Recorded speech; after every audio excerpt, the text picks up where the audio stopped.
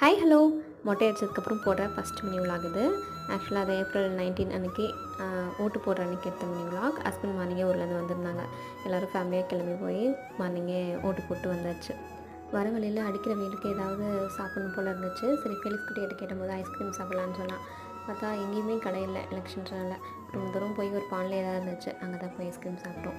வீட்டுக்கு வந்ததுமே அத்தையும் மாமாவும் மார்க்கெட் போய்ட்டு ஃபிஷ் தான் வாங்கிட்டு வந்து வச்சுருந்தாங்க. ஃபிஷ் குழம்பும் ஃபிஷ் ஃப்ரையும் செஞ்சுருந்தேன். ஹஸ்பண்ட்க்கு ஃபிஷ்னால் அவ்வளோ பிடிக்காது. ஆனால் அன்றைக்கி நான் செஞ்சுருந்த ஃபிஷ் வந்து ரொம்ப பிடிச்சிருந்துச்சின்னு சொல்லி சாப்பிட்டாங்க.